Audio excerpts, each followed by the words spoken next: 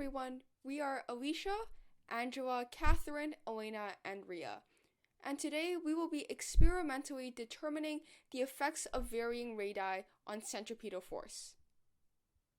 But before we take on this big question, what is centripetal force? Well, centripetal force is a force that works on an object to move in a circular direction.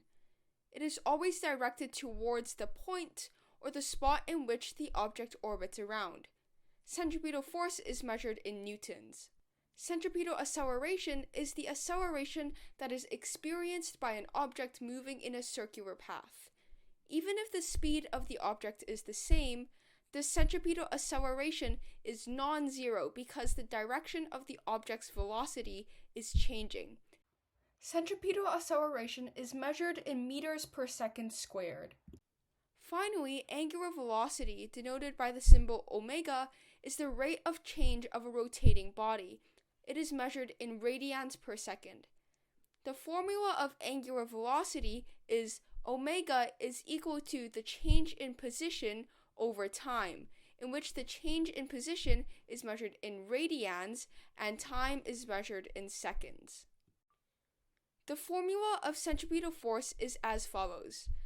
Fc is equal to m times omega squared times r, in which Fc is the centripetal force in newtons, m is the mass in kilograms, omega is the angular velocity in radians per second, and r is the radius of the objects from the point of rotation measured in meters.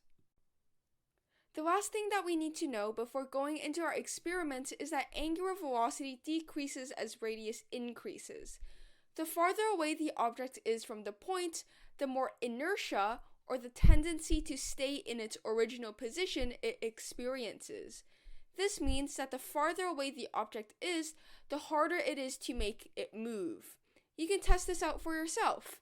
If you attach a very long string of rope to an object, it'll be harder to move the object compared to if you had a shorter string of rope. Using all of this knowledge, we can now ask the big question. What happens to the centripetal force experienced by an object when the radius from the point of orbit increases? It was hypothesized that the centripetal force would decrease in a nonlinear regression as radius increases. This was hypothesized because 1, angular velocity decreases, and 2, angular velocity is squared in the centripetal force formula.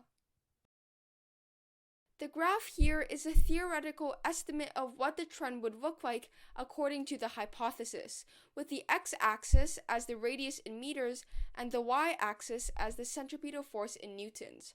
Alternatively, this is another graph that shows what the trend would look like, with the x-axis being centripetal acceleration, omega squared r, and the y-axis being centripetal force.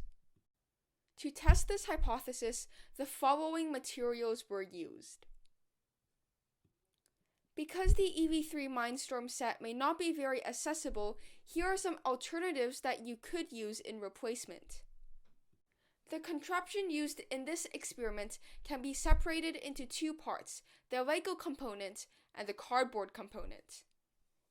In the Lego component, Lego pieces were used to build a tiny box around an EV3 large servo motor, which can all be found in the Mindstorm's core set.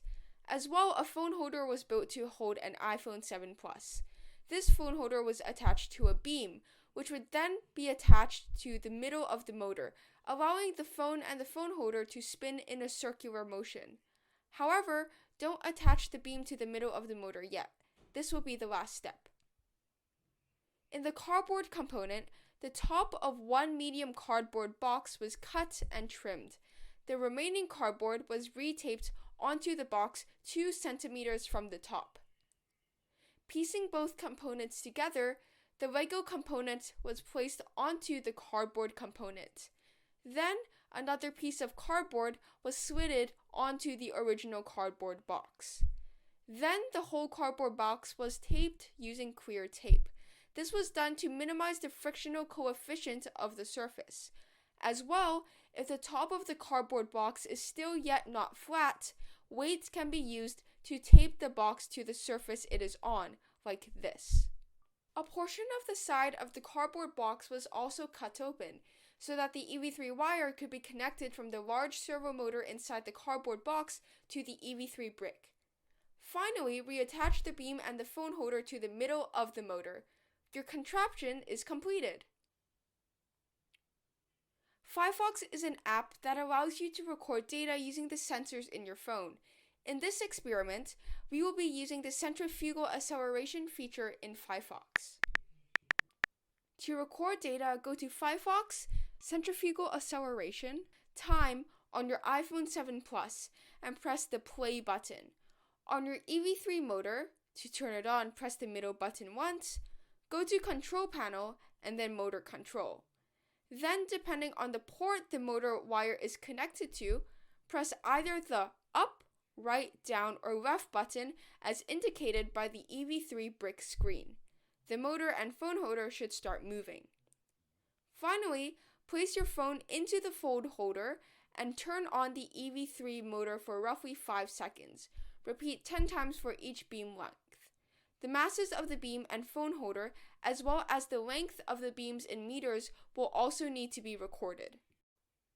Plugging the angular velocity recorded by Phyphox into the centripetal force formula, it was found that the centripetal force did non-linearly decrease as radius increased. This therefore supports our hypothesis. Sources of error in this experiment may include inconsistent friction generated between the cardboard surface and the phone holder and beam, a non-flat cardboard surface changing the angular velocity, and an inconsistent motor power. However, all these factors were not significant because our data still matched our hypothesis. In conclusion, in this experiment, we explored centripetal force and how it is affected when the radius is changed. Findings show that as radius increases, centripetal acceleration decreases non-linearly, aligning with our initial hypothesis. Thank you for listening.